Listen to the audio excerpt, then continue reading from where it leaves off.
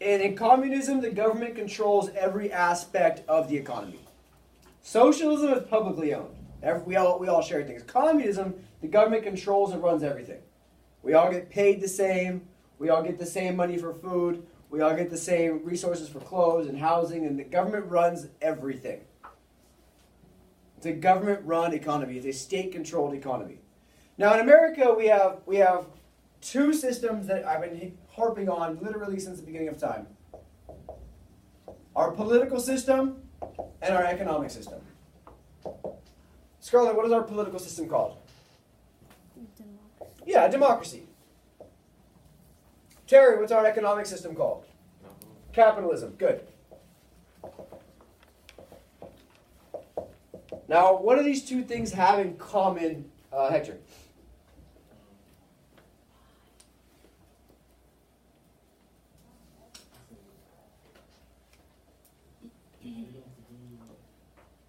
You're there. The freedom to do what?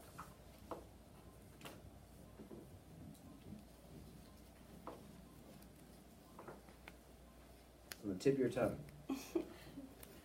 Lady Vargas, take a shot at it. Freedom to do what? Okay, the freedom to be like individualism, maybe? Okay, freedom of individualism, that matters. Absolutely. I'm not going to argue with that whatsoever. Josh, freedom to do what? Choices and Choices. Beautiful. The freedom to choose. The democracy is characterized at its very foundation by choosing who you want to represent you. Who do you want in Congress? Who do you want as president? Who do you want as mayor? Who do you want on city council? What laws do you want passed? Choices.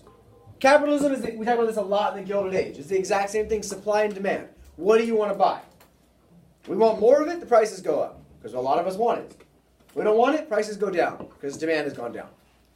So both are defined by choices, and in communism there is the absence of choices. You don't pick your leader's just there. You don't pick your job necessarily, you don't have any ability to improve yourself. So what are some things that have taken place that contribute to growing tension between the two sides up to this point in history? George, give me something. Why do we have tension with them? Besides the fact we have very different ideas, which we've pointed out. The Red Scare, when? in the 1920s. 1920s. Right? We have this communist revolution. We have the Red Scare. Oh my God. The communists are going to come and take over America. So we pass immigration acts and keep them from coming, and it creates a lot of tension. Also, when the communists, to that point for the Red Scare, so Russia has their revolution, drops out of World War I, and we side with their opponent in the revolution. So from the very beginning, we're anti-Russia being communist. What other tensions exist? Carla, we were talking about it earlier. During wartime meetings. Elaborate, please. So, like, one example is when the U.S. failed to open the front that Russia wanted. Ah, good. Do we open a front when they want us to? No. Do we open a front where they want us to? No. That pisses Stalin off. You don't want to piss Stalin off. He's an angry Russian with a bottle of vodka in his hands. Like most angry Russians. Good. What other tensions exist towards the end of World War II, Diana? Like the meetings with the U.S. and Britain to create the nuclear weapons. Good. The meetings for the nuclear weapons. Who's left out of those conversations? The Soviets. Are the Soviets in World War II ever actually our friends? No. How can we characterize them? It's a phrase that will become very helpful in the Cold War, which is why I'm spending time front-loading this. Yes? They're the enemies of our enemies. There we go. Thank you. It's one of my favorite phrases, right? They are not our friends. They are simply an enemy of our enemy.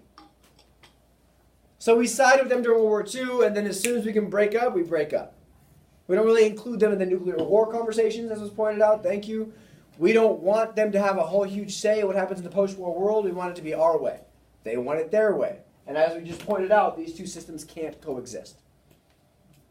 Good. So there's a lot of existing tension that's already there, a lot of problems that are already there. These different ideologies, these different economies, these different political systems, and there are legitimate historical events. Red Scare in the 20s, World War I. The fact that they're not involved in the conversations about the nuclear bombs. Yalta, Potsdam, deciding to divide Europe instead of co-run Europe after the war. A lot of existing tension. And that phrase, thank you, Sarah, an enemy of my enemy is my friend, is going to get the U.S. in so much trouble in the entire Cold War. All right, for the much of the rest of class until we get to spring break, this is what we're talking about. We're going to lay a lot of foundational stuff down today. It matters. But we need to make sure that we understand that this U.S. philosophy of supporting enemies of our enemies first got us in bed with the Soviets during World War II, and we're going to do it again in so many different places during the Cold War. The Middle East, attempts in Cuba, Guatemala, other places in Latin America, South Vietnam. And every single time, we're going to look at two terrible options and be like, you are a really, really, really, really crappy ruler. Really crappy. You would do, human rights abuses, and you're a bad human. We can't really trust you, and really you're a piece of crap. But she's a communist, so we're going to go ahead and support this guy. Because it's an enemy of my enemy, and therefore we'll be friends. Cold War 101. Cool. So the Cold War, we're going to look today about containing communism at home and abroad. We're going to start with abroad. We're going to start with abroad, overseas, the beginnings of this Cold War. And then we'll look at the tail end of the class today, the Red Scare at home. A crazy man named Joseph McCarthy, who you all read about, who gets all wild and nuts about, does it sound familiar with the government today? The deep state. There's all these communists in the government that are trying to overthrow the State Department. Oh my God, it's terrible. And everyone's so scared, they're like, oh my God, he's probably right. There's communists everywhere. All right, so we'll look at that new Red Scare at home. Right, we had our 1920s Red Scare, well, our 1950s Red Scare. At least in the case of the 50s, it's a little more warranted. There are Russian spies. There are Russian people who have integrated our government, who are selling secrets. There is legitimate concern. Because unlike the 20s, we actually do have conflict in the 50s, 60s, 70s, and 80s with the Soviet Union. So there we go. Outline is as follows. We'll look at post-war tension, we've already kind of highlighted, and these ideological roots of the Cold War. These roots that come from differing ideas. We'll look at some attempted solutions to Cold War problems. We'll look at economic solutions, military solutions, and political solutions that you'll need to know all of. You'll look at tensions blowing up, our actual first conflict of the Cold War, Korea. And then we'll look at the Cold War coming home.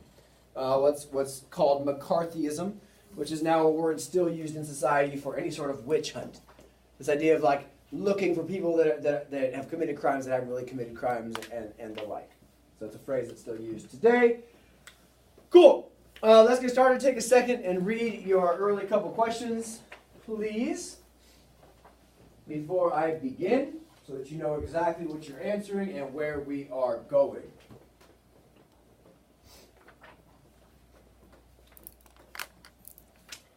Let's get it cracking.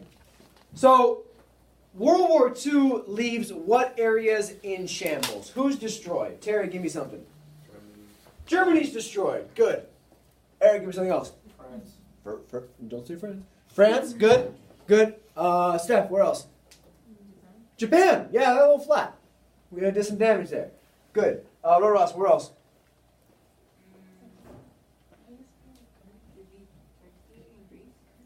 Turkey and Greece, sure, there's destruction in the Middle East. Adrian, what else? What's our biggest competitor economically before the war? Our biggest competitor before the war? Economically, yeah. Has been since the War of 1812. All of our tariffs are anti-them. Georgie. Britain, yeah. Yeah, they're our friends militarily, but economically speaking, they're our biggest competitor, and they are also flat. So the way it works out is the U.S. comes out of World War II with no destruction. With the exception of that little harbor in Hawaii, who, but that's a long time ago. Nothing bad happens in the U.S. The U.S. doesn't have a foreign country invade it. The U.S. doesn't have bombers flying over, dropping bombs every night. The U.S. isn't the one hiding in the subway tubes underneath the ground every night. Right? That would be Tokyo. That would be London. The U.S. doesn't have the giant 7 billion person Soviet army gradually marching across its eastern border, eating up everything in sight, and pillaging towns on its way. The U.S. comes out of the war unscathed, which helps, because all of our previous economic competitors are a disaster. Other legacies of the war as we begin this process of decolonization. Right? One of the reasons for World War I, imperialism. One of the reasons for World War II, imperialism.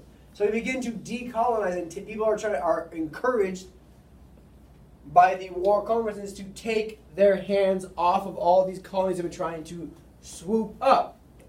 Also that comes out of World War II is this United Nations. Very important, this international peacekeeping. It's not a military organization. It's a peacekeeping organization that is built to help us avoid another world war. As opposed to the League of Nations, the U.S. joins this time. The U.S. plays a leading role this time, which would make Woodrow Wilson very happy, but he's dead. So he can't be happy because he died.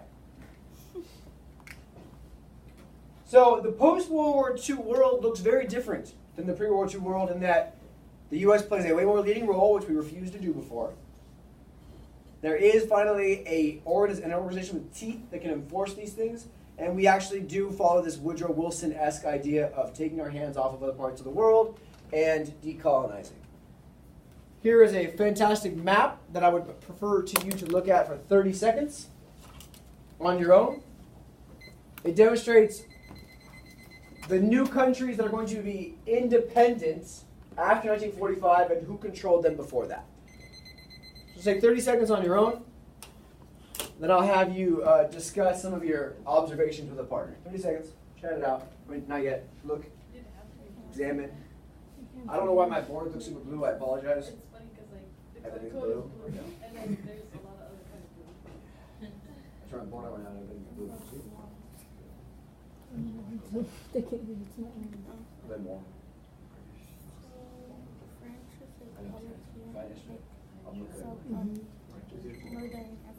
All right, talk to the person next to you, please. What are some observations? What do you notice about this decolonization process?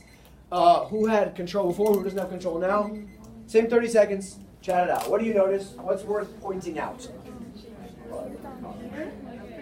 Are the ones that are dependent. But then No. those countries that are more independent. Saw the last 6 national champions? Yeah. And then Japanese is more in control of like Korea, whereas Britain is in control of like India as well as like the eastern part of Africa. No, I use the same one. Yes, of course I would. All right. Observationally speaking, what stands out in this map? Josh, go ahead. It's like predominantly like controlled by like Europeans and Americans. That it was Europeans and Americans. Now what? Now there's like not. Yeah, now there's not. So let's put this in its Cold War context. We have a bunch of new independent countries. A bunch of new independent countries. India, Korea, Sudan, Botswana, South Yemen, Somalia, Malaysia, India. All these countries. First world, second world, third world. In general, third world. These are all poor, undeveloped countries. So now the question becomes, will they be communist? Will they be capitalist? Will they be totalitarian? Will they be democratic? So this is the rub. This is the issue. This is the problem that comes from decolonization. Is we have these two massive superpowers that are left standing in the world with completely different ideas, and the whole undeveloped world is now free for the taking from an ideological standpoint. Am I clear? So now that we've taken our imperial hands off of Africa, what will these African nations become? Now, from an ideological standpoint, what social class of people is more likely to favor communism? The working class. The poor working class, because it might rise them up to a level of equality. So all these undeveloped nations that are in general poorer, laboring type of countries, the concern is they will become communist. But then eventually the communists are going to take over the whole world. The whole world! So end of World War II, we try to address the global economy and global peacekeeping with a couple new organizations you should note. The International Monetary Fund and the World Bank are created to help bring some regulation to world economies and regulations to world currencies so that everything's a little more fair on the up and up economically speaking. And the UN, of course, is created and replaces the League of Nations in 1945 to make sure that you don't just get in a bad mood one day, Melissa, and invade Abigail's country. Don't do that. I get it, you're in a bad mood, I understand, but don't get up and invade Abigail's country. The U.S. is still, of course, hoping to dominate our side of the world, Western Europe, Asia, Latin America, from a trade perspective. And the U.S. is the biggest supplier of funds, biggest suppliers of resources, so the U.S. has the biggest control over policy from the World Bank. The U.S. is playing a new role. We talk about that theme of America in the world. Our new role is economic power, military power, political power. We have our big boy pants on. Cool?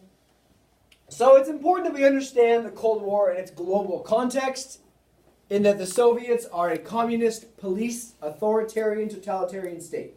You do what the government says. Why, Terry? Because the government told you to. The U.S., of course, is a more capitalist and democratic place where people have choices. Fully different ideas. And the Cold War is not an actual war. Mind blown. Right? It is a war of ideas, it is a war of words that has, over time, gradual hot spots that flare up between the two sides, but the U.S. and the Soviet Union never actually fight each other. We fight through proxies in Vietnam, Latin America, Middle East, Korea. We fight against each other, like idea-wise and spreading out-wise, but we don't ever go to war with the Soviet Union. Right? The Cold War is an era of distrust. The Cold War is an era of expansion from both sides. And the Cold War is between the only two superpowers that exist after World War II. The first inkling of tension, as we pointed out earlier, comes during World War I. So the Russian Revolution, the Russian Civil War, and the Soviets pulling out of World War I as we enter, and us not supporting their revolution. But American-Soviet tensions really get to their height at those two late World War II conferences, Yalta and Potsdam. Whereas earlier in World War II, the Soviets had agreed to let democratic elections take place in Eastern Europe. Here's when they're saying, no, sorry, we're installing the governments we want in Eastern Europe, and there's nothing you can do about it. And we're not going to share Europe, we're going to divide Europe.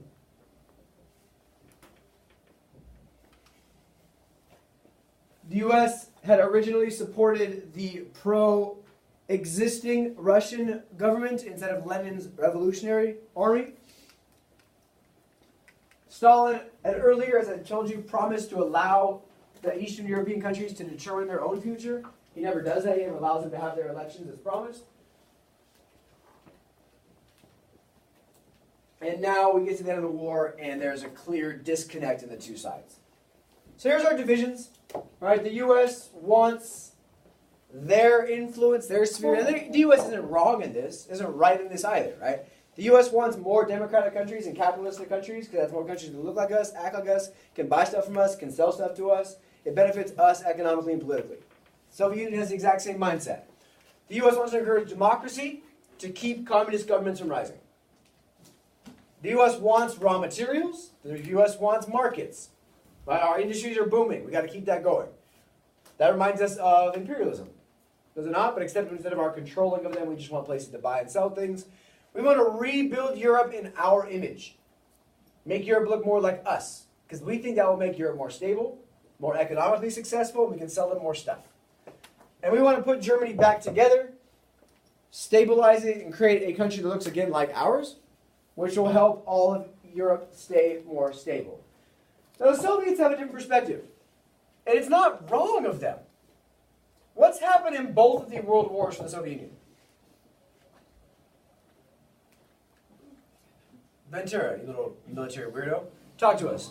What happens to the Soviets in both world wars? They have a lot of casualties. They have a lot of casualties, more than everybody else. Why? Because I guess they were underdeveloped in that time. Sure. They just had like a lot of people to spare. They didn't really have too much strong military power. But they have a lot of people to spare. Yeah. All right. What else happens to them in both world wars, Josh? I kind of want to elaborate on what he said. Go for it. Elaborate away, man. Don't let me stop you. I feel like I'm probably gonna say the same thing. With like they didn't have much like supplies. They were like industrialized, I guess. Cool. Miss Jimenez, what happens to the Soviet Union in both world wars? Yeah, what happens to the Soviets in both world wars? It's been 30 years we fought World War I and World War II in this frame of time. What's happened to them twice?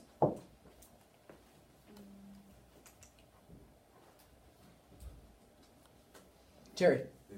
They've been invaded. 2 times. Has the U.S. been invaded? No.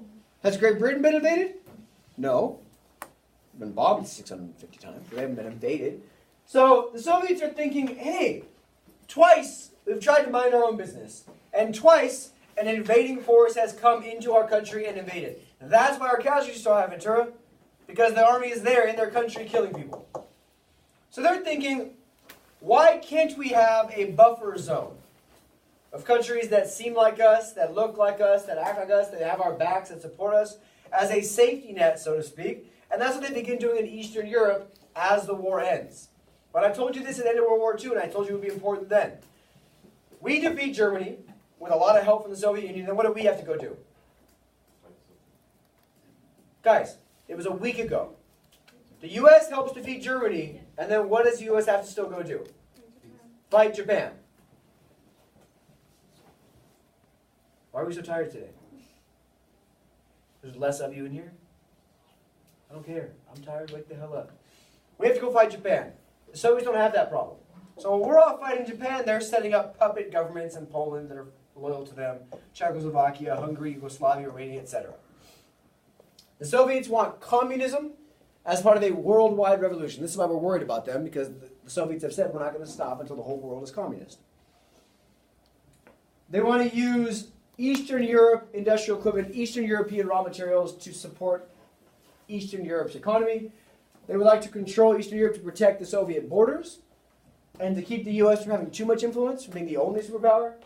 And they want to keep Germany divided because they hate Germany because Germany has now invaded them twice, which is not exactly wrong. Cool.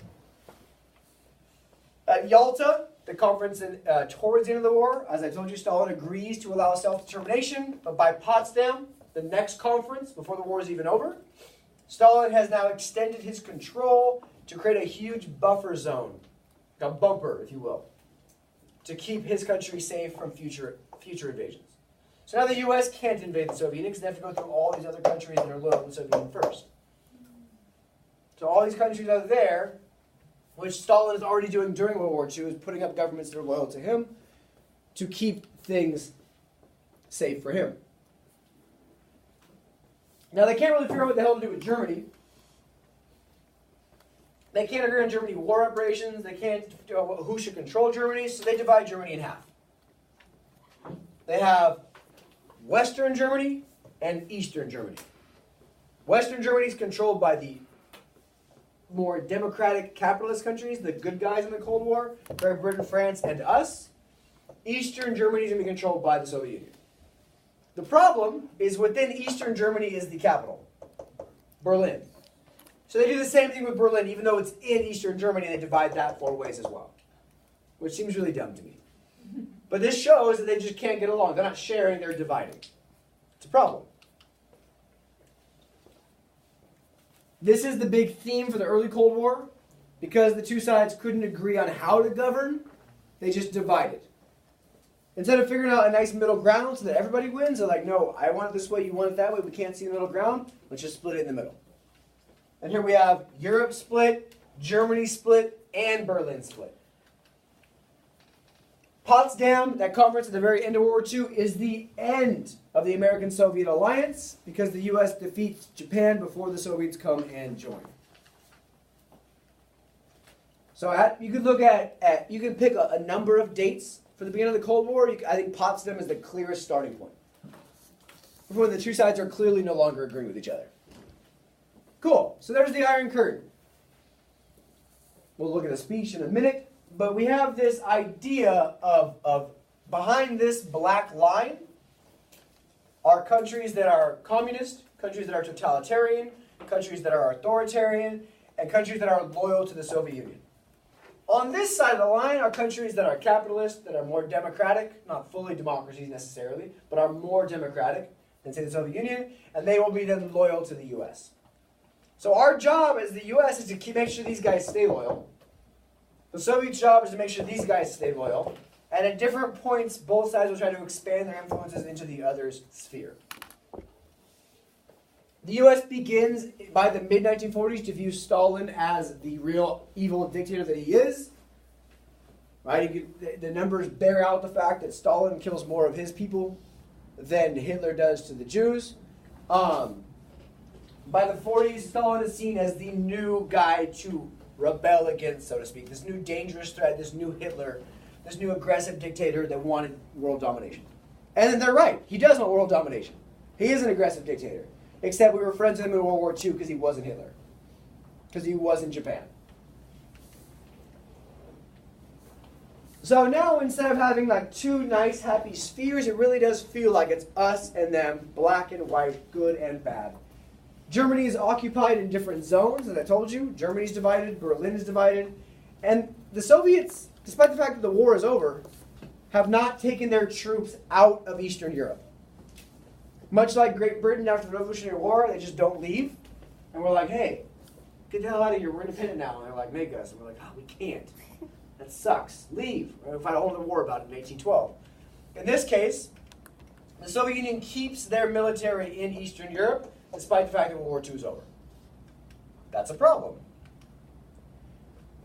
They virtually force, with oppression, with military presence, they forced communism on all of these Eastern European countries who are just trying to climb themselves out of World War II. So take 2 minutes, please, with your partner. Take a look at this cartoon that is on the board, and it's also on your notes. Identify for me, please, the historical context as well as the point of view of this cartoon. 2 minutes, chat it out, figure it out, go. So you can see this is the West, which is controlled by the Denmark. And this one is the East, which is controlled by the US so far. And then the historical context would be the split. Won't this be like entire Soviet Union? You could see these people watching over them. Alright, so what's the context? What's happening around the world that makes this make sense? And what is this cartoon's point of view? Is this person holding a gun? Yeah. And also see like this person, like they're just watching, like they're everywhere.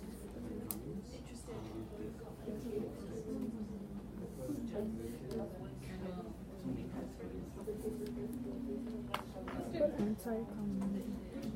So because you see how What do you think? this person's kind of like trying to see what they're What do you doing. think? This person's trying to get like No. people So what's what's going on. behind Joe's wall? Okay, so who's Joe? And then this person's just like running away. Here we go. Good job. Uncle Joe. 20 seconds. Identify the context for me, please.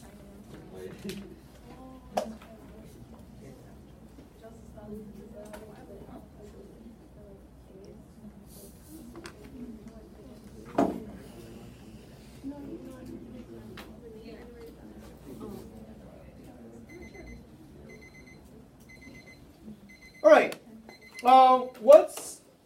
What's the context? What's the historical context of this cartoon? Please identify it for me, Vargas. Well, we could see that the node emissions is Huh? the iron current. Okay. So everything to the east would be What's the context? capitalists versus communists. Okay, build on that, please. In terms of if we're going to set the context for this cartoon, Diana. Like you said, the iron curtain to the division of Germany or Europe. Europe is better than Germany. Thank you. When? I don't need yours, but era-wise. Good. Yeah. See, don't overthink it. Post World War II. That's our context. That's what the situation is where this cartoon fits, historically speaking. The division of Europe post World War II.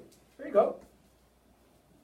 What is the point of view of this cartoon? What message is the cartoon trying to get across? Georgie.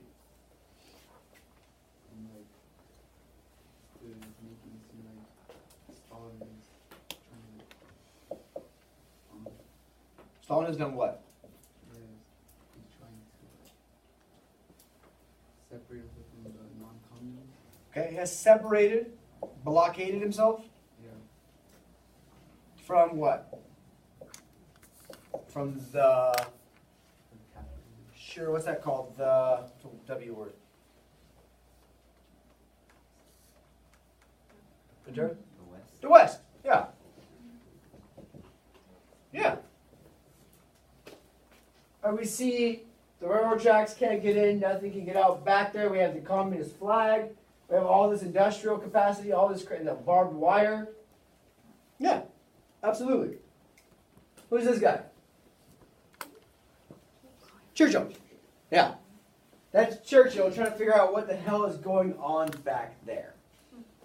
What's happening behind this iron curtain? Which leads me to my next slide, which is a very famous speech of Churchill's. Of course, titled the Iron Curtain Speech. Alright, there's no notes for anything, just 3 minutes, a short clip on the speech at the beginning of the Cold War that I need you to just pay attention to, and then we'll do a little text analysis for the beginning of the Cold War. Alright, we good?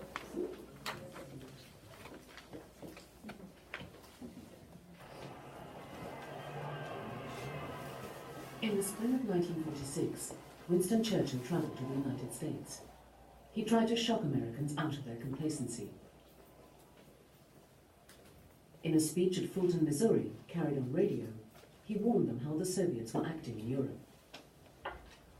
From Stettin in the Baltic to Trieste in the Adriatic, an iron curtain has descended across the continent.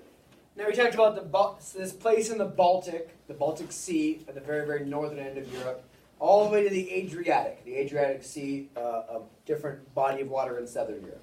So he's trying to point out that it's this entire height, north to south-wise of Europe, and there's this divide between the two sides. Behind that line lie all the capitals of the ancient states of Central and Eastern Europe.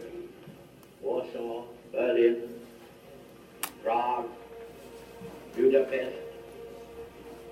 All these famous cities and the populations around them lie in what I must call the Soviet sphere. Churchill's vivid picture of a continent divided by an iron curtain helped change the public mood. Once the press had portrayed an alliance of three equals. Now Uncle Joe was turned into a scheming despot, forcing whole countries into submission. From the east, Soviet cartoonists responded in kind. These crude caricatures were part of a new type of war, in which governments taught whole populations to demonize the other. An American newsreel caught the new tone. In the background was the growing struggle between two great powers to shape the post-war world. Soviet Russia was expensively stabbing westward, knifing into nations left empty by war. On orders from the Kremlin, Russia had launched one of history's most drastic political, moral, and economic wars, a Cold War. The United States was obliged to help Europe safeguard its traditional freedoms and the independence of its nations. Gone was the spirit of wartime unity that reached its peak on that historic afternoon in April '45 at the Elbe River in Germany. Here, two worlds actually met, but this coalition was to be torn asunder.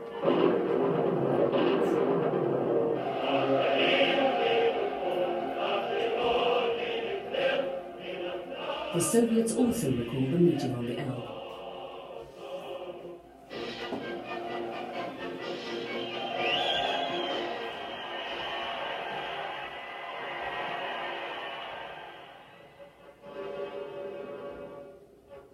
But their version showed a bloodthirsty American general bent on the domination of Europe.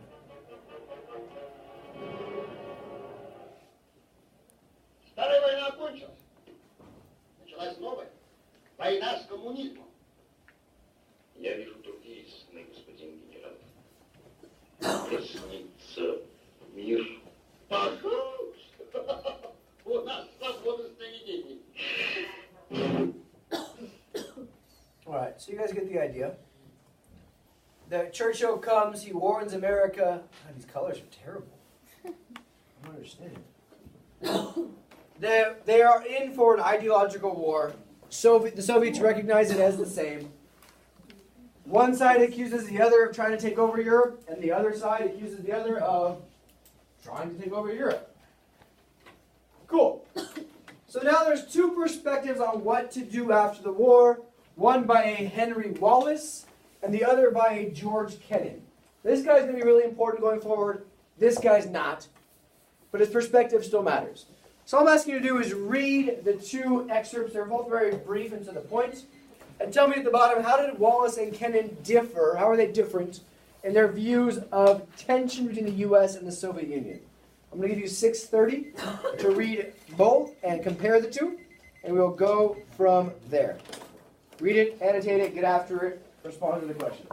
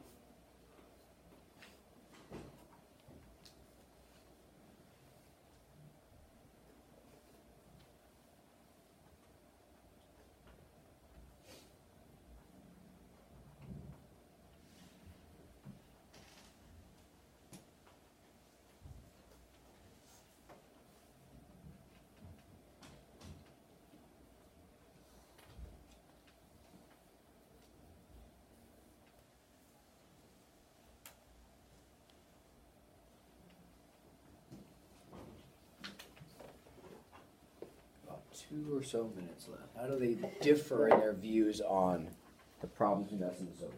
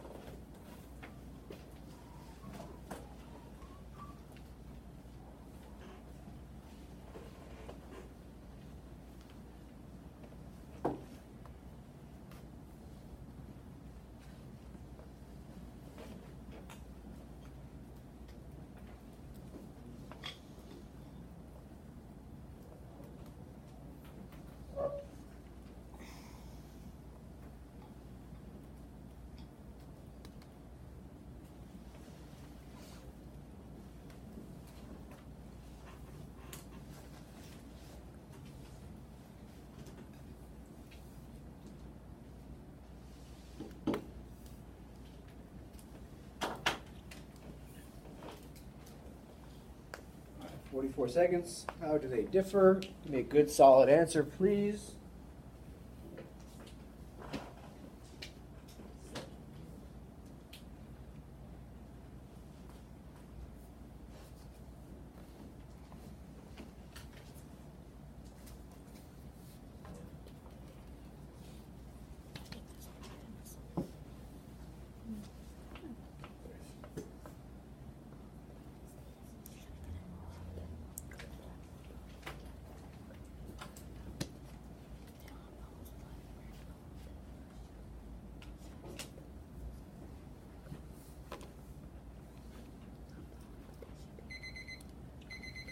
All right, excellent. Take 30, talk to the person next to you. How do they differ? What are their two views on what to do with the Soviets post-war? Go. How do they differ? What are their views? I see that wall. And if it is we should just do it out our ideas. Yeah, we can do the same on the other side.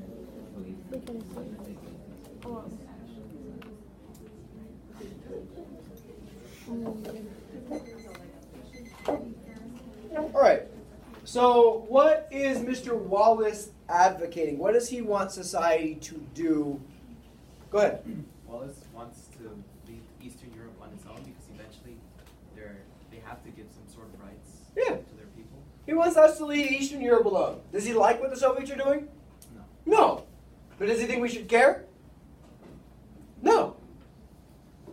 We should recognize that we have no more business in the political affairs of Eastern Europe than Russia has in the political affairs of Western Europe, U.S., and Latin America. That's their part of the world. This is our part of the world. They don't have any right to say what we do, but we got no right to say what they do. A very Washingtonian approach. Right? That's their problem. That's their sphere. Leave them be. Eventually, sure, they'll start to see that we're smarter. He does actually make it one concession that maybe communism does have some merit. At the very end, when he says, the Russians eventually will have to give more freedoms to their people, like we do, but we shall become more and more absorbed with the problems of social economic justice. That maybe we should be doing something along what they're doing about making sure everybody's equal. Eventually, they'll see our side democratically. Maybe we'll see their side socio-economically. And then we'll meet in the middle of this nice, beautiful world utopia. It's a lovely idea. Scarlett, what does Kennan have to say, though, about this conflict with the Soviets after World War II? Unlike Wallace, he believes that we should contain the spread of the Soviet Union. Yeah. Does he think we need to go fight them? Well, he believes that we should be more involved of what they're doing. Okay. What were you going to say? You said we should... Sorry, I cut you off. It's fine. That was basically... That was it? Okay. Terry, build on that. What does Kennan think we should do? Like, we should be prepared about what they're going to do, like spreading, like, if they attempt to invade us, we should invade them. Okay. Go. He also says that the U.S. has like the duty to spread their sphere of influence. There we go. Does he say where we should meet the Soviets and fight them? He does. He doesn't say specifically, though. We have to provide a counter force to their desire to expand at a series of constantly shifting geographical and political points. So is it just a military war? What other kind of war is it? A political war. That wherever they try to expand and exert their influence, we should be there to provide a counter force. To be an advocate for capitalism, for democracy, for free choice, for free will. And this becomes the foundation of that containment policy. Who cares where communism... See, that sounds familiar. Communism is fine where it exists. Just don't let it spread out. Yeah, sounds like slavery, doesn't it? Eventually it'll just die out if we leave it where it is. How'd that work out for America before the Civil War? No, because slavery, like communism, needs to spread out to survive. So here we are again with this containment idea that just let them stay where they are. In their little bubble, it'll be all fine. So Truman is the author of our first approach. I don't mean like written author, but like the designer of our first approach to communism. His Secretary of State is named George Marshall. He's the guy in charge of our foreign affairs, the Secretary of States do. And he begins his policy of containment. If we resist the USSR from expanding and spreading, everything will be just fine. Containment has three phases: the Truman Doctrine, the Marshall Plan, and NATO. We'll go into all three of them as we go. Marshall says a long-term, so it's not a short game, this is a long game, patient but firm, vigilant containment of Russia expansionist policies. It won't lead to any immediate victory. This is not going to be a short situation, but eventually the USSR will have to live in peace with the West. Does this say that Marshall wants to change the Soviet Union to capitalism? No. But eventually they're going to have to realize that they're going to have to live in peace with what we want to do. Stop your world domination, world revolution, communist nonsense. Just do your own thing in the Soviet Union. So this is this plan that if we just let them stay where they are, they'll be fine where they are. We're not going to meddle with them where they are. They can be as communist as they want as long as they're not trying to spread out. And when they try to spread out, meet them with force. Whether it's military force, economic force, political force. Because again, only the lowest class finds communism attractive. Interesting. That's where this economic warfare comes in. Cool. So not everybody loves this idea. Walter Lippmann is a very famous political commentator. He publishes, shortly after this policy begins, a critique of containment, a criticism of containment. I'm going to have you guys read this critique and tell me why. Why does he think that this is a bad idea to use this policy that we just outlined of containment? So tell me in that box to the right of the text, why does Lippmann object to containment as a means to counter Soviet expansion? I'm going to give you guys 4 minutes because it's short. Red pen? Not black, not blue, but red? Red, yes. Let's catch it. 4 minutes.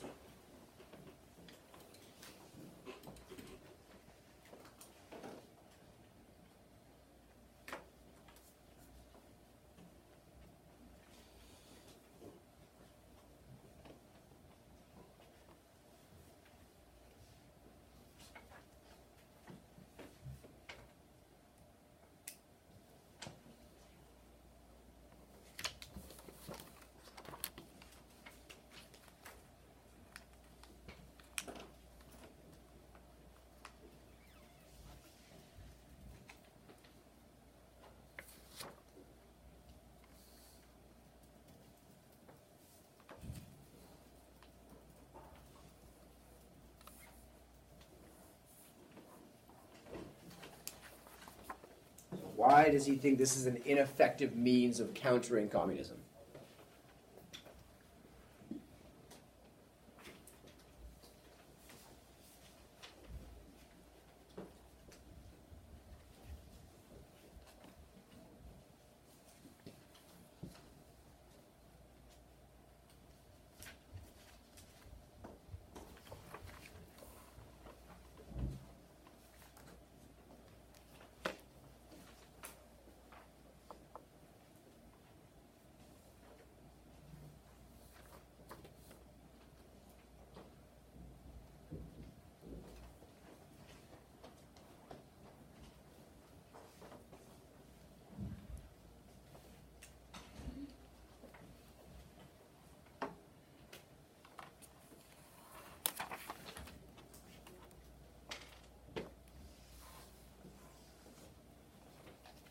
2 or so minutes.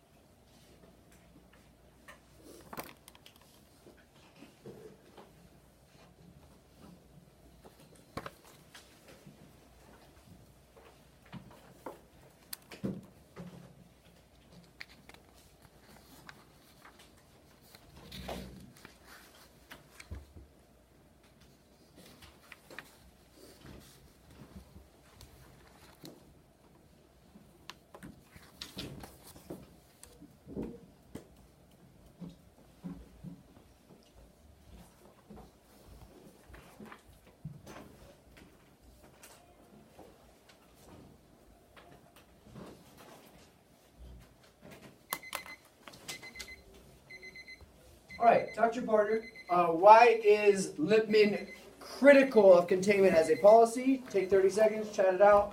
What are his complaints about this idea? Go.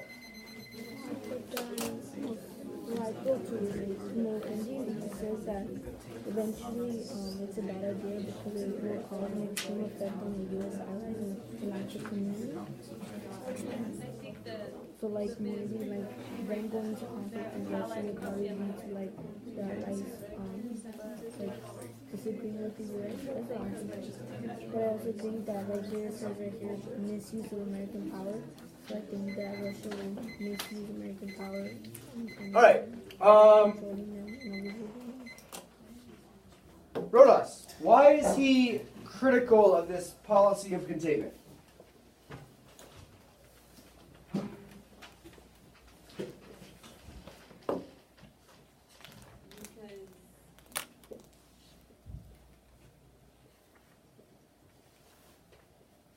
Because like they're misusing the power, like eventually Russia won't give into it. Okay, he doesn't think it'll work. Yeah. Fair. Why else? He says that it's a waste of resources and time because it's based on the hope like that the Soviets will stop, and it doesn't fully guarantee that the U.S. will be effective in containing it. Yeah, it may not work. Absolutely. And why else? Why else do you think this is a bad idea? Yes. I guess that America might misuse their powers. Okay, absolutely. We're going to misuse this power that we have as the world's foremost power. Adrian, go ahead.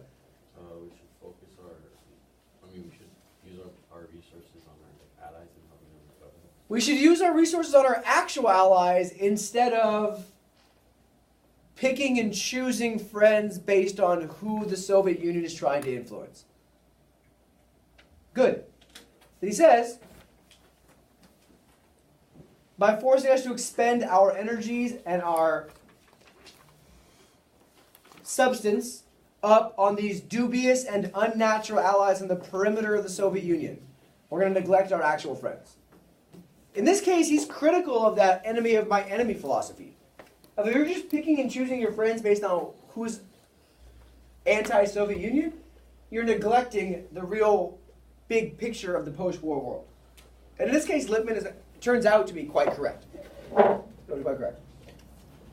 So into the actual specifics for how we are going to counter communism, the first goal is to rebuild Europe in our image. European nations are having a hard time recovering because they are destroyed, and that leads us to then be worried that because they're having a hard time recovering, what looks attractive? Communism looks attractive. What makes communism look less attractive? Terry?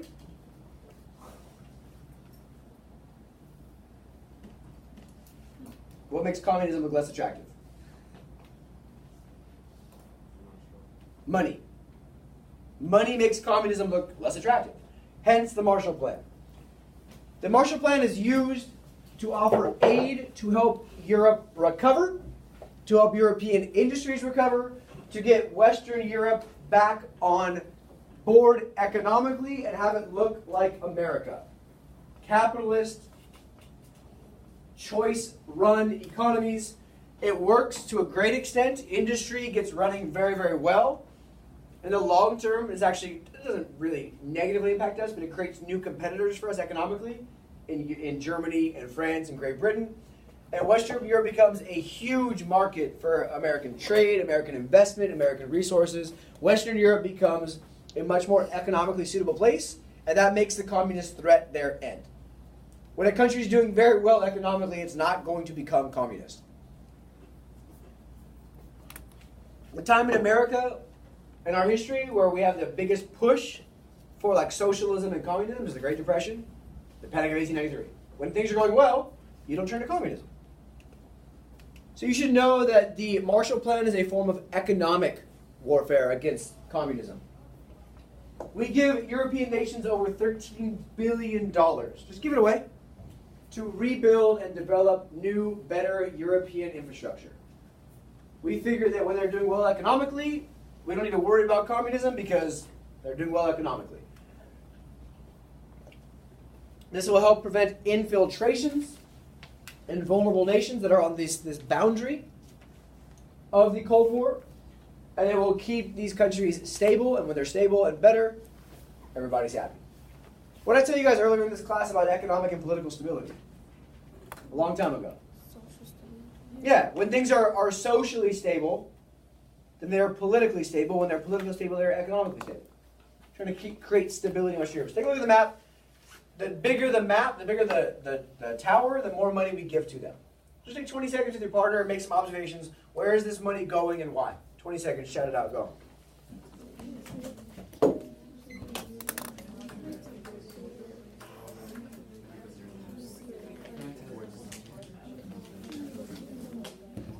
Getting more money. Yeah. Makes sense. A lot of More on this side, more on this power. Where is the money going, to who and why?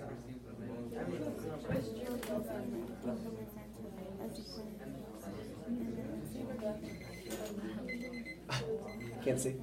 And you all sit back there? Go sit up here with Eric. All right, where's the money going and why? Josh. It's going more towards the European allies. Okay, why? They're providing more money to the UK and France. Okay, good. What else is the money going and why? Lady Vargas, go for it. It's also going to West Germany. Yeah, West Germany, right? That's a big investment in West Germany and these countries that are on this border.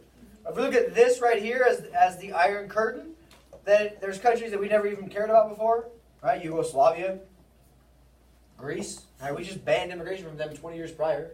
Now we're their best friend apparently, because they are simply not communist. That's the Marshall Plan. The Truman Doctrine is a more aggressive military resource approach.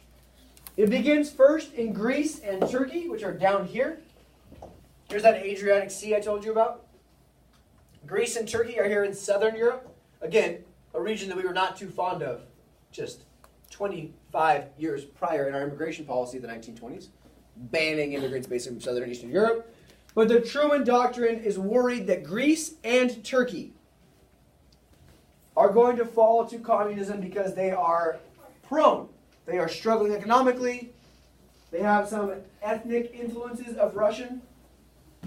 And that would give then Russia influence on Europe, Asia, and Africa, the Middle East. 3 regions. So we're worried about Greece and Turkey, and we realize that if they take Greece, that may lead to communism in the entire Middle East, Iran being next. If they take Greece and Turkey, then they're really close to Egypt, and then all of Africa might fall to communism. And if they get into Greece and Turkey, then southern, Western Europe, Italy, Spain, and then maybe France will be likely to fall then next. So we look at these 2 countries here as the gateway to the Middle East and Asia, to Africa, and then up through, like we did in World War II, this soft underbelly of Europe, Italy, Spain, and then potentially France. So the concern is we look at these 2 as the beginning of what will become known as the domino theory. If we allow one domino to fall, then the next domino falls, the next domino will fall, and the next domino will fall. And do we care about Greece? No. Do we care about Turkey? No. I love Turkey. It's delicious. But we don't care about those countries except that if we let them fall, that'll allow the Soviets to have a foothold in a region where we don't want them to have a foothold in. So the Truman Doctrine, as opposed to just economic investment, is military and economic and resource assistance to any country that is threatened by communism. So in a sense, like, this is preventative care. Put your eyes back in here for a second. This is solving a problem before it exists. This is make countries happy before they might even think about communism. Before it even becomes an issue, solve it. This is taking your vitamins so you don't get sick. You with me? Yeah, exactly. Take your vitamins. Well, this is like theory. Taking your vitamins so you don't get sick. You with me? The Truman Doctrine, is more like, oh my God, I feel like I'm getting sick, take a bunch of vitamin C. Drink a bunch of orange juice. Take a couple shots of tequila, call it a day. I'm just kidding, guys. But you see my point? It's already becoming a problem. Let's try to solve it before it becomes a bigger problem. And then in the Korean War, actual military examples is like, oh my God, we have a problem, we have to solve it. I'm really, really sick, I should take a day off. Yeah, sure. So this, you should, just tomorrow, not today. This Truman Doctrine commitment to stopping the spread of communism is viewed by the Soviet Union as an informal declaration of war. By us saying, we will arm you, Greece. We will send you tanks and resources, Turkey. The Soviets look at that and say, you're basically declaring informal war on us. And then at that point, both sides ramp up their intentions.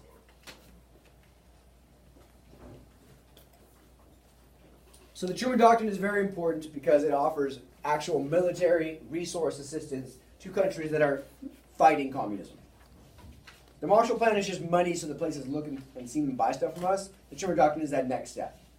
I talked to you about military, economic, and political type of warfare. This is much more military-based. Now, all that is tested when the Soviet Union gets all mad and they blockade Berlin. They blockade West Berlin, which, as you know, is all the way in East Germany. Let me draw a very, very accurate German map up here for you. There's Germany. It's a perfect circle. You guys didn't know that? I'm kidding. I'm not drawing an actual picture. He's like, really? There's West Germany. Here is East Germany. And there's Berlin. Who controls East Germany? Yeah, Russia, Slovenia, exactly. Who controls West Germany? Everybody else. Us, mostly us. Now, the problem is, Berlin is also half ours. So we need to rely on the Soviet Union letting us get our stuff to Berlin. Otherwise, Berlin falls, becomes part of the Soviet Union, and we take a loss. Do we care about Berlin? No. But we care about the perception in the world that we allowed the Soviets to just take something that they wanted. Domino theory. The Soviets get all mad that West Berlin is becoming too capitalist, too American, too happy. People are smiling. People are wearing nice clothes. People are buying the food that they want. People are enjoying their life. And that's the most anti-Soviet thing ever. So they get mad that West Berlin is becoming too capitalist, too American, and they just blockade us off. They blockade the railroads. They blockade the shipping and the freight that's going into West Berlin, thinking then that we would just let Berlin go and that could be all Soviet Union. Truman has other intentions, and we begin what's called the Berlin Airlift. The US and their allies launched an aerial campaign to literally fly 47,000 tons of 2,000 pounds each, 47,000 tons of stuff into West Berlin every day. There's a plane taking off every 5 minutes for West Berlin. Food, resources, clothes, materials, water, fuel, coal. And they're dropping it, they're landing in Berlin, landing in Berlin, landing in Berlin. Because we can't let Berlin fall, because that will be a declaration of weakness. It's a great success. Over 200,000 flights are flown into Berlin in the course of about 4 to 5 months. And that officially then reinforces the fact that Germany will really be split, Berlin included. Later, the Soviets will also then build a wall between East and West Berlin, because this will be very unpopular in our 2018 politics. Walls don't work keeping people out. They don't. Walls work keeping people in. So the East Berlin, the Soviets are mad that all these people are leaving their half of Berlin to the western half of Berlin, so they put a wall to keep people in. Nobody's leaving West Berlin to go to East Berlin. Nobody's like, man, this capitalism sucks. You know what I want? I want to go hang out in that communist country. But it's vice versa. People are leaving East Berlin to West Berlin, because it's better, and that then causes them to build this wall. Cool. Let me show you a video clip, because I'm heavy on video clips today. I know, I agree. The Soviets blocked all major road, rail and canal links between West Berlin and Western Germany. They made no concerted effort to seal every route, but delivery of the 12,000 tons of food and coal normally supplied by the West to Berlin every day was now impossible. The Soviets cut electricity supplies to factories and offices. West Berliners could do little. Their only large power station had been dismantled for reparations by the Soviets in 1945. The Berlin airlift began at the end of June. The Americans called it Operation Victuals. The British, Plain Fare. The airlift had to deliver 2,000 tons of supplies a day. Without it, West Berliners couldn't survive. They had coal for only 45 days and food for only 36. Airlift pilots could fly up to 3 missions every day.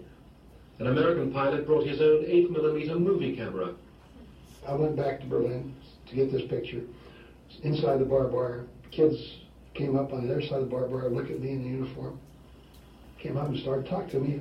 How many sacks of flour you got? You know, how's it going to be tomorrow? They got off the subject of flour very quickly, on the subject of freedom. I said, look, he said, someday we'll have enough to eat. Just give us a little. Just don't give up on us when the weather gets bad. We'll have enough. But if we lose our freedom, we may never get it back. And these kids were 8 to 14 years old. They blew my mind with their maturity and understanding of what was important. Halverson promised the children that he would return with chewing gum and chocolate dropped from tiny parachutes. Easter Sunday 1949, a record 13,000 tons was airlifted in 24 hours. The gamble had worked. Berlin could be supplied indefinitely by air. We lived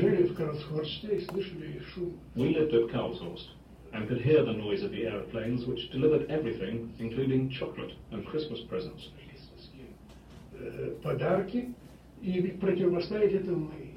We couldn't match it. We were poor, and the West was rich. And of course, this crazy blockade was bound to fail. Finally, sheer joy, nothing else. We had done it. It does work with the West. That was so very important. The West has won. Cool. So obviously it's part of a longer documentary, but you guys get the idea for why it matters. It matters to the people of West Berlin. To let them know that they're not being forgotten, that we have their back. You can turn your page. I'm not going to have you read the Truman Doctrine excerpt because I think we analyzed it quite well.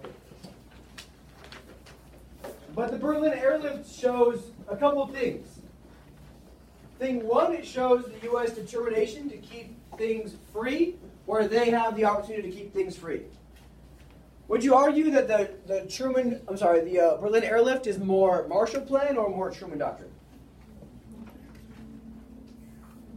What do you think? Is it more of an economic thing or is it more of a military thing? No, Are they dropping in tanks? No. No, they're dropping in resources so these people in West Berlin feel that they still are supported by the American capitalist society. Absolutely. The Berlin airlift is a phenomenal example of the Marshall Plan at work. And it shows the Soviet Union that actually, no, we're not going to just roll over and take it just because you put up a blockade. So it shows that there's going to be some staying power to this conflict. Now the Soviet Union gets a little more aggressive in Southern and Eastern Europe, Yugoslavia, which leads the U.S. to beginning to form what's called the North Atlantic Treaty Organization in 1949. Showing us the United Nations lasted all of 4 years. The UN still exists today, but in terms of this international alliance between the US and the Soviet Union, 4 years later there's a new organization that does not have the Soviet Union in it, and it's demonstrated that the tension has gotten to a much higher point. NATO is super important because it is an organization to provide collective security for Western Europe, so France, Germany, Great Britain, Spain, the US, Canada, Greece, and Turkey.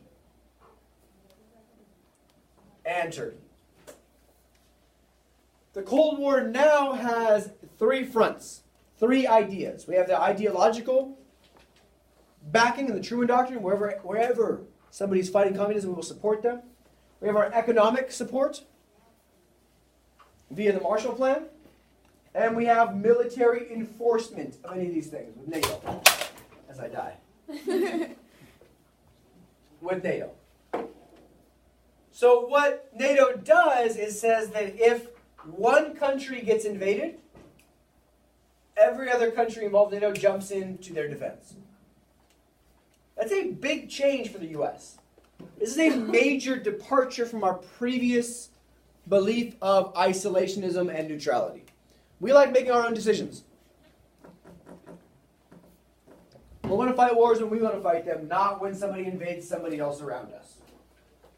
But we believe that this is going to help the Soviets from trying to take over more, is that they think if we invade Greece, for example, or Turkey, they're going to have the U.S. and Canada and Great Britain and France and Western Germany and invade in the back. What's the Soviet response going to be? Probably Make their own. That's exactly what they do. They create their own, which is called the Warsaw Pact. And it does the exact same thing. That if one member is attacked, all treaty nations will defend that member. And this is great, because this puts us right back in the situation that we were in for World War I. So now if one country gets all pissed off one morning, next thing you know, we're in World War III. Except this time, we have nuclear weapons, which will make it even more fun. Yeah, you thought World War I was fun. So these Cold War alliances are actually going to last for the duration of the Cold War, and I believe they're one of the main things that keeps us out of World War III, that keeps us out of the Cold War escalating to a hot war, is this worry that everybody else is going to jump in. We learned our lesson the first time, so to speak. Now the U.S. government is going to have to evolve and grow to meet these new demands, creating 3 new agencies so the military could better respond to threats to U.S. security. This is the time when the U.S. becomes the military-based country that you think of when you think of the U.S. today. When the military eats up a ton of our budget, and we're always prepared for war at any minute or any time. It's because of the Cold War. So in 1947, the U.S. creates the Department of Defense for the first time. We have a full government department, a full bureau, that is focused on controlling the Army, the Navy, and the brand new Air Force that didn't exist before. The U.S. creates the CIA, the Central Intelligence Agency, to manage intelligence and spying and information from other countries. And it creates the National Security Council, which still exists today, which is simply there to give the president advice on foreign affairs. to give the president advice on national security, to keep the president informed, if he knew how to read, on things that matter in other countries in the world. So they deliver a briefing to the president every day. So in today's world, what's happening in North Korea? What's happening in Iran? What's happening elsewhere that we should know about? Luckily now it's put into a colored picture book with little dinosaurs that are acting out what's happening in the country so our president can know. The new Air Force is heavily invested in because we can use awesome things like nuclear bombs and deter enemy attacks without having to sacrifice hundreds of thousands of soldiers, especially after we just finished World War II and all of our soldiers are trying to get back to their regular life. So the U.S. invests heavily in its Air Force and its air and space capacity because that involves less humans. Good.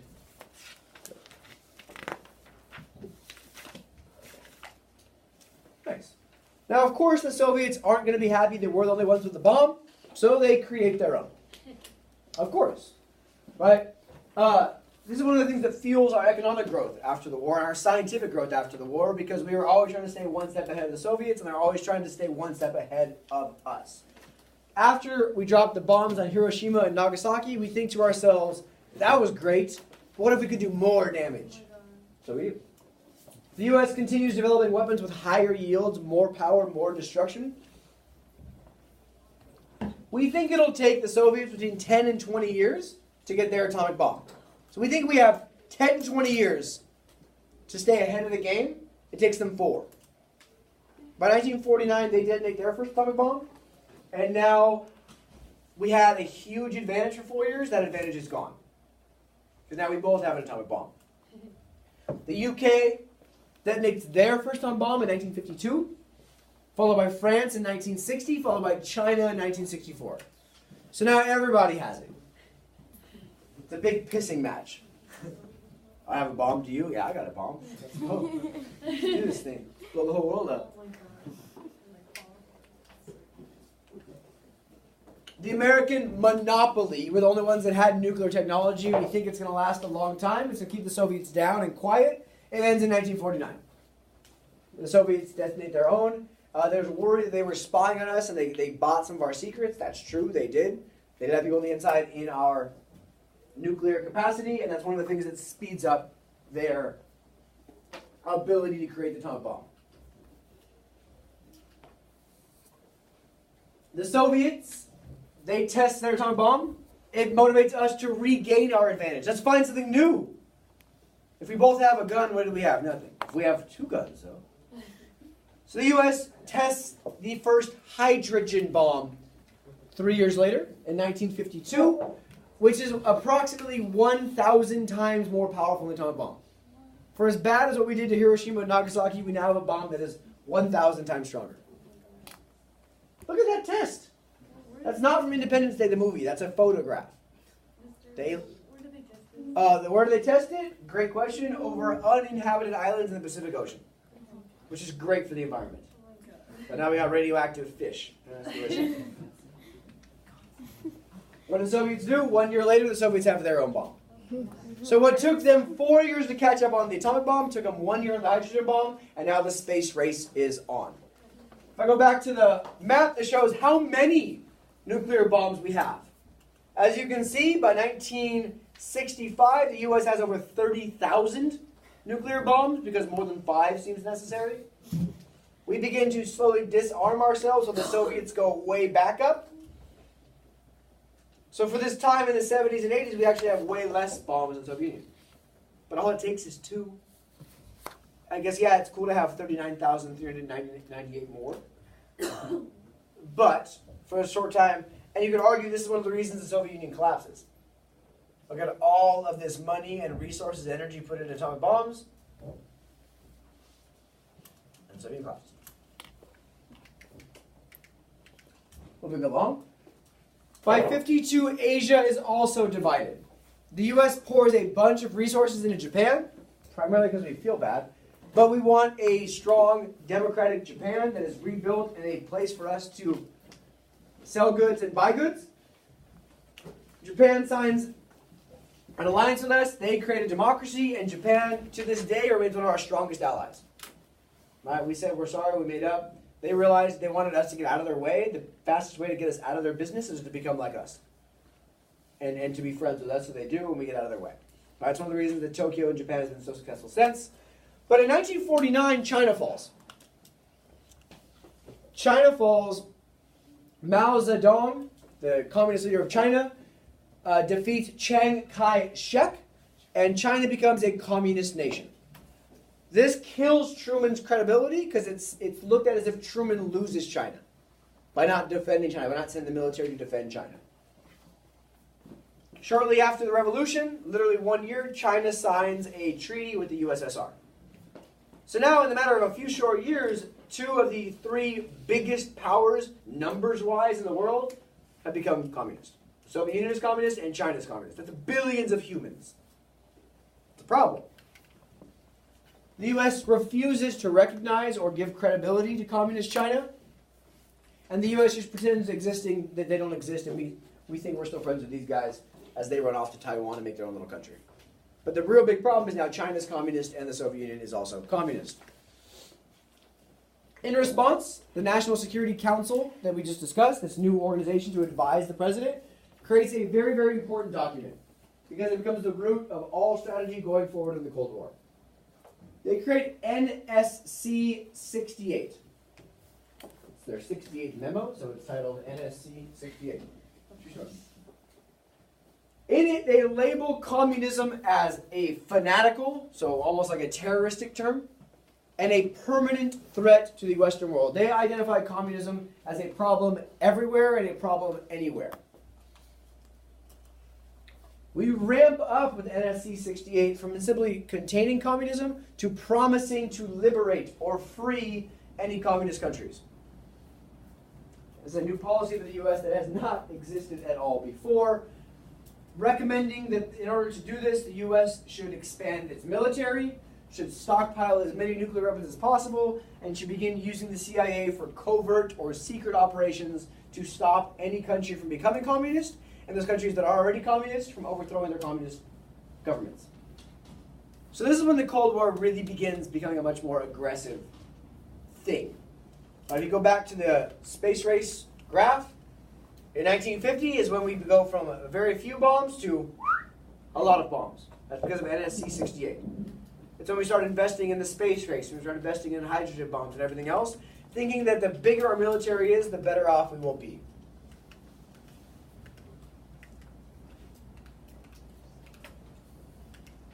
NSC 68 comes in response to the atomic bomb and the loss of China, thinking that if we keep allowing the Soviet Union to do whatever they want, then eventually this will find its way to our doorstep. And NSC 68 matters because it's an examination of what the Soviets want to do, what the Chinese want to do, and where it's this realization that they're not going to stop until one side or the other wins. We can't just do this thing where we just let them stay on their own and they're going to not try to spread out, that it's going to be a much more aggressive situation. This policy becomes the blueprint, the foundation for Cold War policy for the next 20 years. So from 1950 to 1970 until Nixon, this really is the blueprint, what we do in the Cold War. 3 months after it's written, turns out it was quite correct, as North Korea, the communist country that is backed by China and the USSR, invades South Korea, the democratic country that is backed up by us and the rest of the United Nations, and we then respond by supplying South Korea, building our military back up, and it comes as close to World War as it gets. So this tension in Asia manifests itself between the US and the USSR in Korea. After the war, World War II, Korea had been divided along the 38th parallel, with the USSR backing the North and the US backing the South. This is my point about dividing the world, that you can't govern together. We divide Europe, we divide parts of Asia, we divide all these old colonies. Korea is no different. The North Korea army, which is Soviet-backed and trained, invades South Korea in an attempt to unite the whole country under communism. The UN, it's not the US doesn't fight this war, it's the United Nations that fights this war. The U.S., of course, sends 85% of the troops, but it's a UN war, not a U.S. war. The UN sends troops that are mostly all United States troops. As you can see at the beginning, it comes very close to the communist forces winning. They can take it all the way to this tiny little corner. The UN counterattacks all the way almost back to China. And then China gets all mad, and then China gets involved. And now we have a war that's involving U.S. troops and Chinese troops, but in theory, neither side is in the war. It's the UN versus North Korea. And then they ended a stalemate here. And Truman is unable to end the war. Now, the general in charge of the UN forces, Douglas MacArthur, you remember his name from World War II, very important guy in the Philippines and the Pacific, he wants to just nuke China. That's his philosophy. If we just blow up China with an atomic bomb, then we'll win the war and it'll all be over.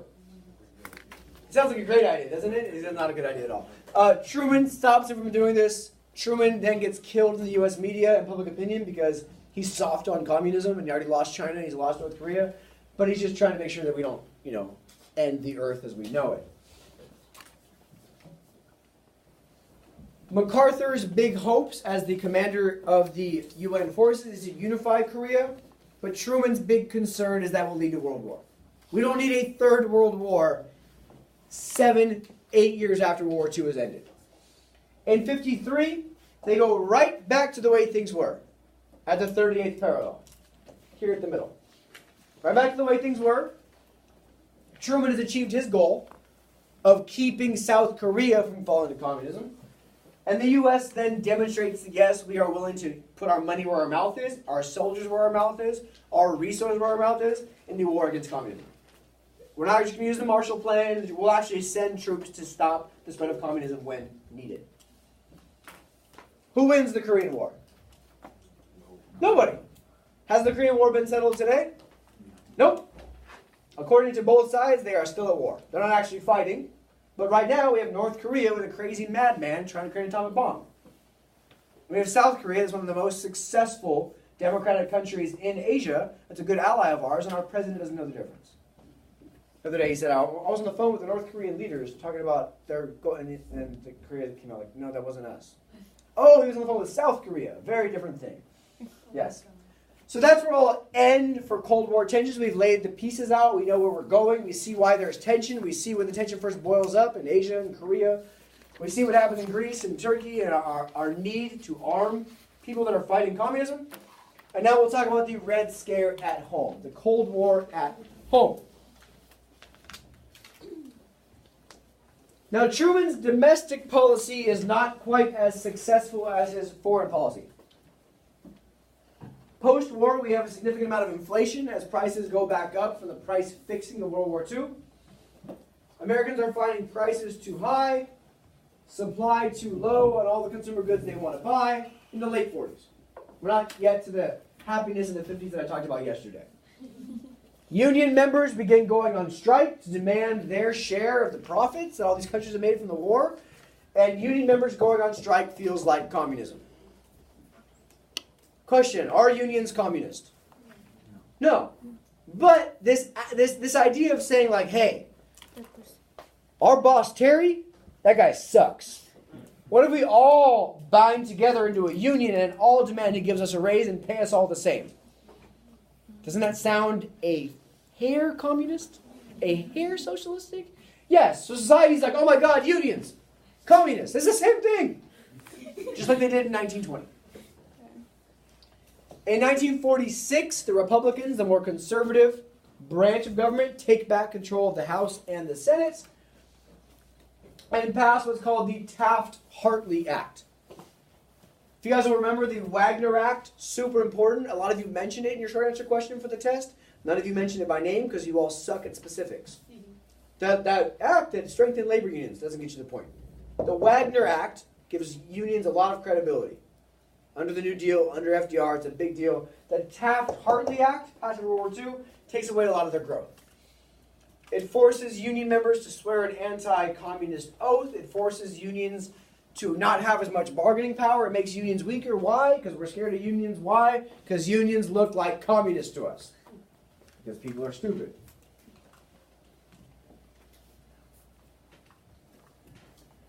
In 1948, it looks like Truman is not going to get reelected. Oh, he does. Truman is faced with Thomas Dewey, the Republican, a progressive candidate named Henry Wallace, who you just read about at the very beginning, who's anti-containment. He wants to make peace with the Soviets and move forward in American society. And this new party, a Dixiecrat. The Dixie Democrats, this new southern super racist wing of the Democrats, named Strom Thurmond. This will become this new, this is the block of Democrats that flips to Republican once the Democrats support civil rights. Truman has nothing to lose. He never ran for president in the first place. He was just FDR's VP. He campaigns as hard as he can. He kind of expects to lose. But this FDR coalition, the farmers, the laborers, the urban black voters, hold just enough together to keep Truman in office. How different society might be. He goes to bed on election night thinking he's going to lose. He does. He thinks he lost. Truman attacks the Republicans as doing nothing to support the country, but simply being obstructionist, being anti-democrat. He reminds voters, hey, this is his version of waving the bloody shirt. Hey, it's the Democrats who ended the Great Depression. No. No, Truman, it's World War II that ended the Great Depression. But let's not let facts get in the way of history. And he says that I've done a good job. I've stopped the conflict in Korea. I've done a good job stopping Soviet expansion in Europe. You can't attack my foreign policy. I've done a good job in foreign policy. I dropped the atomic bomb on Japan. I ended World War II. And he sneaks by with a victory, despite the fact that all these newspapers publish the fact that he loses. Some of the most famous pictures in American history. There's Truman the next day holding up a newspaper that says Dewey defeats Truman. Because the newspaper had to publish the night before, it takes a long time. The early polls all said he was going to lose. All the newspapers ran with the fact that he lost, and then he wakes up like, yeah, what's up, bitches? Lose this. So we see in 1948 the election map demonstrating, I don't know why the colors are so messed up, I apologize. But here's this new Southern States' Rights Voting Act. Voting bloc. There's new Democrats that are going to be more pro-segregation, more pro-states' rights, more anti-civil rights. So he wins by a hair. Life is good. And then, as I told you yesterday, he enacts his policies, which are called the Fair Deal. The Fair Deal. Increase minimum wage, to increase Social Security benefits, national health insurance, discrimination against blacks.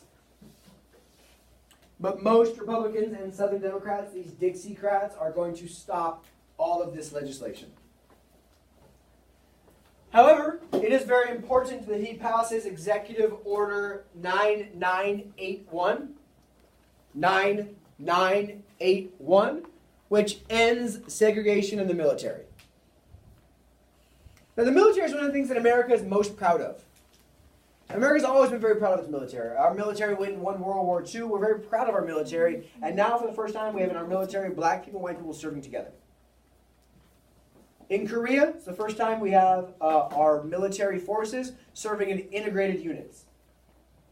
But think now, as a white guy from rural Iowa, or Arkansas, Mississippi, the Deep South.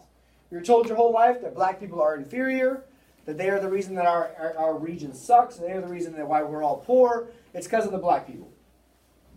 And then you go fight in Korea with a bunch of black people from New York City and from Chicago. And they are just as capable as you are. You come back to America with a different perspective.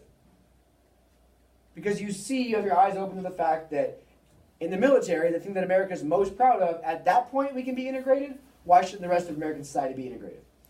So it's important noting that Truman is the one that desegregates the armed forces. But this is a fantastic, not in a good way, but in a good juxtaposition way, newspaper for American society in the 50s. President Truman wipes out segregation in the armed forces. It's a big deal. What else is on this newspaper headline? Lynching. A posse trying to go searching the woods to lynch somebody.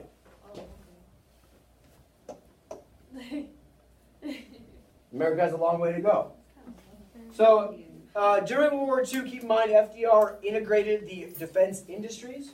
All these companies and factories that are supporting the war, that's a first step. Second step is Truman forcing integration on the military. Big deal. Now our soldiers are serving together, black and white. But the big issue at home is this loyalty issue. There's this huge fear of radicalism, which of course is a much more recurrent theme. The U.S. is always afraid of radicals. Have radicals ever tried to overthrow the U.S. government? Yes, they're called the Confederacy. And they're still in America today. Our fear of communism grows for a couple reasons. One, the fall of China. If they can get China to fall to communism, they can get us to fall to China. The second is the atomic bomb. The third is the discovery that there are USSR spies in America. Oh my God. And the fourth is this fear that there is a conspiracy to overthrow the government. Here's some other examples of fear of radicalism. Nice little chance for review for a moment. The Alien and Sedition Acts. Under Adams' presidency, oh my God, the radicals from the French Revolution are going to come here and overthrow the government. Mob rule, guillotines, people losing heads. Did that happen? No. The Know Nothing Party, or the American Party in the 1850s, attacking the Irish. That's coming to bring their, remember they're anti-Irish Catholic, anti-Irish alcoholics. Those cartoons I showed you, the alligators showing up with the Pope heads. Yes, the Catholics are going to come, and then America will be a Catholic country, because those new immigrants are more loyal to the Pope than they are to the President. The Red Scare of World War I, aimed at radicals and socialists and anarchists. Right? We have the A. Mitchell Palmer raids of arresting and deporting radicals after World War I. So this is a good continuity in the U.S. fear in radicals. But in the 1950s, it gets a little more aggressive. This second Red Scare is more formalized than the first. This fear of spies creates a new committee in the House of Representatives called the House Un-American Activities Committee. Are you doing activities that are un-American? Probably. Freaking weirdo. This whole committee to try to uncover these spies in the American government. It's the most unoriginal name for a committee ever. What's this committee about? I don't know. Un-American activities? Let's go. The HUAC, the House Un-American Activities Committee. The government also creates a loyalty review board, which fired government workers if there was even a sliver of doubt they were loyal. Oh, I don't know. Vargas, he looks a little shady. I saw he was practicing Russian last week. Fired. Oh, Terry Taylor, he wouldn't have had coffee with some known socialists? Fired. How are you supposed to know? You should have asked. And the Justice Department put in jail 11 members of the Communist Party who they accused of plotting a socialist revolution. The U.S. is in full-blown panic mode. A man named Alger Hiss, he is a employee of the State Department. He's accused of being a USSR spy, put in jail. Our Manhattan Project, that you guys already know about, is what gave us the atomic bombs in the first place. An employee of the Manhattan Project named Klaus Fuchs, freaking German, he admitted to giving nuclear plans to the USSR, which of course only fuels our fear. And Ethel and Julius Rosenberg, two very famous names, they are executed, they are put to death, they are killed by the U.S. government for leaking atomic secrets to the USSR, despite some pretty questionable evidence. Now, 50, 60 years later, I can tell you that with pretty good certainty, he was guilty. She was not. But guess what? They're both dead. So, all of this then leads to this fear that the Soviets have infiltrated our government, that we're all going to die, that the commies are going to march across New York City and invade America, and it's all going to be over. Which then gives rise to a new lovely man by the name of Senator Joseph McCarthy. Now, Joseph McCarthy is a freshman senator. He's a recently elected senator from Wisconsin. And he comes into the Senate raging about anti-communism. I'm going to have you read one of his first early speeches accusing the U.S. government of harboring communists. It's a short speech. I'm going to give you 4 minutes or so to read it and simply tell me what is his accusation and what evidence does he provide for his accusation and why is he so anti-communist. Time ticking, get going. This is going to time perfectly. Go ahead.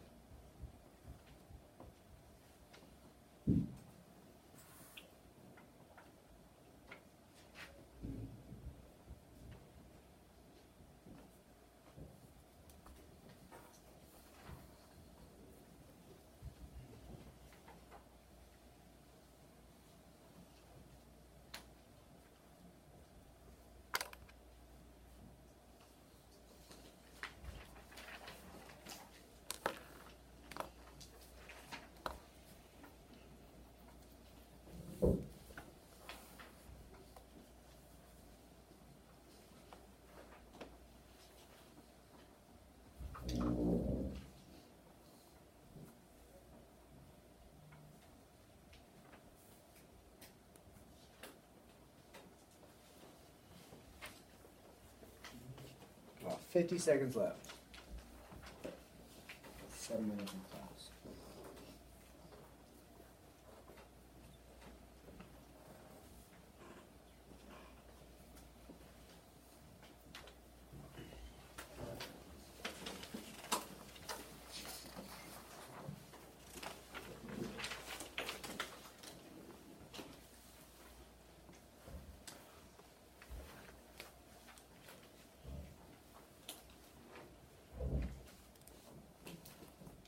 Or so seconds.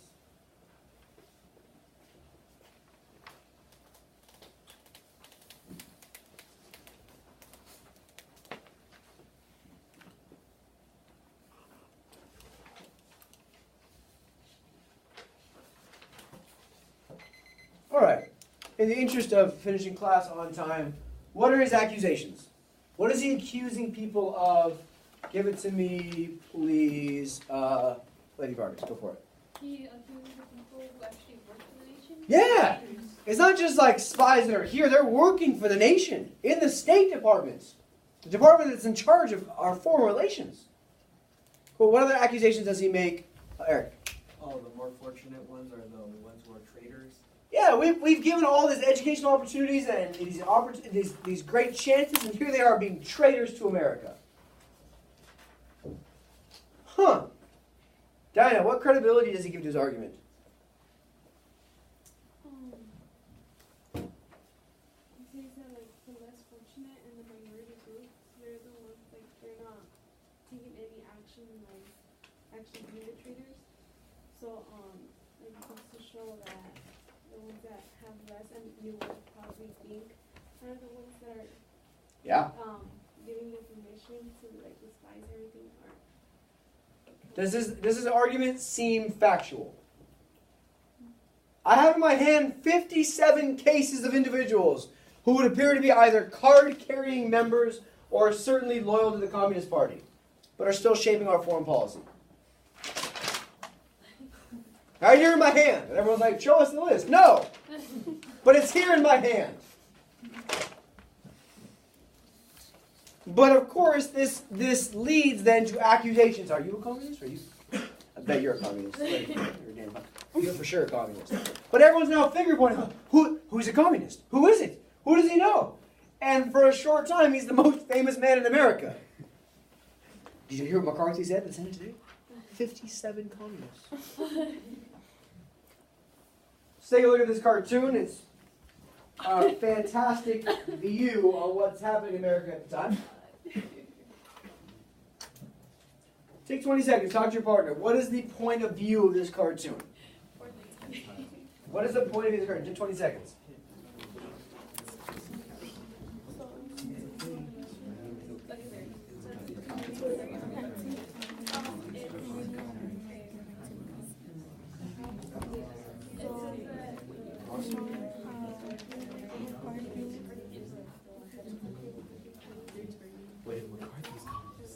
All right. Plot twist. McCarthy's communist. There it is. Adrian, what is the message this cartoon is trying to get across?